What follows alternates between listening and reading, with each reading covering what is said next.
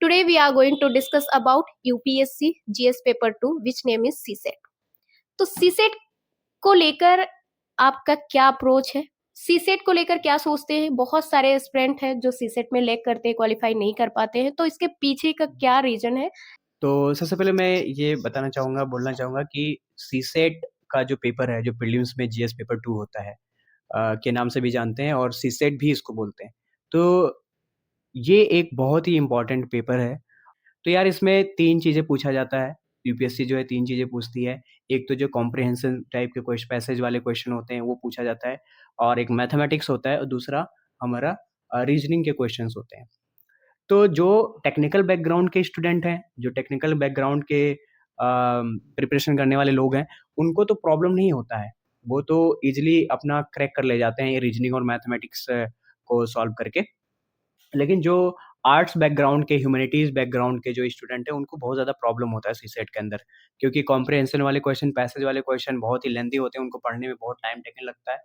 और उसके बाद में मैथमेटिक्स उनका वीक पोर्शन होता है जिसमें वो अ, अच्छे से नहीं कर पाते हैं क्योंकि उनका बैकग्राउंड ह्यूमैनिटीज़ है, तो उनके लिए बहुत ज़्यादा दिक्कत होता है। अगर यार मैं अपने बेसिस पे बताऊँ कि मैं किस तरीके से प्रिपेयर करता हूँ, मेरा जो बैकग्राउंड है वो इंजीनियरिंग बैकग्राउंड है, तो मुझे बहुत ज़्यादा प्रॉब्लम होता नहीं है Or you CSAT are also a mathematics teacher, so you don't have any problem in या CSET. एग्ज़ैक्टली तो Okay.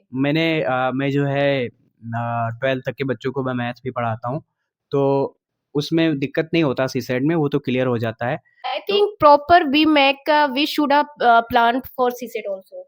बिल्कुल, सीसेट के लिए आपको प्रॉपर प्लानिंग की ज़रूरत है और इसमें जो है 75 क्वेश्चन्स आते हैं जिसमें आपको पासिंग मार्क्स लाना ही लाना पड़ता है, 33% आपको लाना पड़ता है। यानी अगर 33% निकालें तो वो हमारा हो जाता है 66 66 मार्क्स।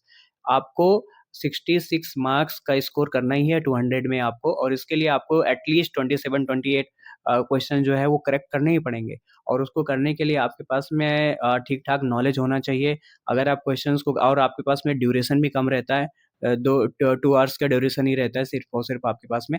तो आपको एक प्रॉपर जो तरीके से आपको इसके अप्रोच को लगाना पड़ेगा और इसको सीरियसली लेके आपको सॉल्व करना पड़ेगा, तभी आपका सीसेट एग्ज़ाम जो है क्लियर होगा।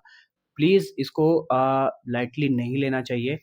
मैं तो आपको बता नहीं सकता हूँ अब लाइटली लेना है, नहीं लेना है क्योंकि मैंने एक बार एग्ज़ाम दिया और मैंने सीसेट क्लियर किया था, तो इसके बिहाफ़ पे मैं बोल सकता हूँ। आई वुड लाइक टू से वन थिंग कि अगर आप नॉन इंजीनियरिंग मतलब नॉन टेक्निकल बैकग्राउंड से हैं तो आपको सीसेट के लिए एक जैसे हर जीएस के लिए प्लान करते हैं वैसे सीसेट के लिए भी 1 आवर 2 आवर फिक्स करना चाहिए, इसको लाइटली नहीं लेना चाहिए। बिल्कुल और अगर जिसका ह्यूमैनिटीज़ बैकग्राउंड है, तो वो ज़्यादा से ज़्यादा पैसेज वाले पोर्शन पे फ़ोकस कर सकते हैं, रीज़निंग पे फ़ोकस कर सकते हैं क्योंकि रीज़निंग के क्वेश्चन बहुत ज़्यादा डिफ़िकल्ट नहीं आते हैं, लेकिन हाँ, मैथमेटिक्स के क्वेश्चन जो हैं वो एक अच्छे लेवल के क्वेश्चन पूछे जाते हैं और जिसमें आपको एक अच्छा अप्रोच लगाना पड़ेगा। तो आप मैथमेटिक्स को अवॉइड कर सकते हैं, अवॉइड तो मैं नहीं कहूँगा क्योंकि अवॉइड करना रिस्की हो जाएगा। आपको 2 पोर्शन आते हैं और हो सकता है पैसेज बहुत टफ़ आ गया, तो फिर आपके पास में सिर्फ़ एक सब्जेक्ट से आप सीसेट क्लियर नहीं कर पाओगे।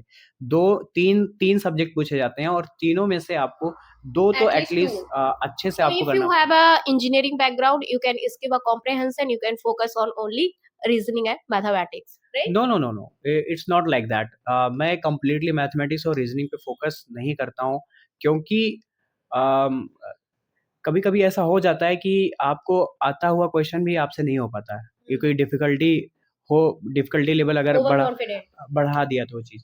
तो मैं कॉम्प्रिहेंशन के भी क्वेश्चन्स करता हूँ और उसको भी सॉल्व करता रहता हूँ जब मैं जो हमारा मॉक टेस्ट है या जो पेपर है, जो प्रीवियस ईयर के क्वेश्चन सॉल्व करना, तो उनमें मैं कॉम्प्रिहेंशन्स वाले क्वेश्चन, जो पैसेज वाले क्वेश्चन है, उसको भी सॉल्व करता हूँ और जो मैथ और मतलब तीनों पोर्शन को मैं सॉल्व करने की कोशिश करता हूँ कि वहाँ पे कुछ भी हो सकता है, बस हम वहाँ पे फेल नहीं हो सकते सीसेट में, उसके लिए मुझे प्रॉपर तैयारी और प्लानिंग की ज़रूरत पड़ती है।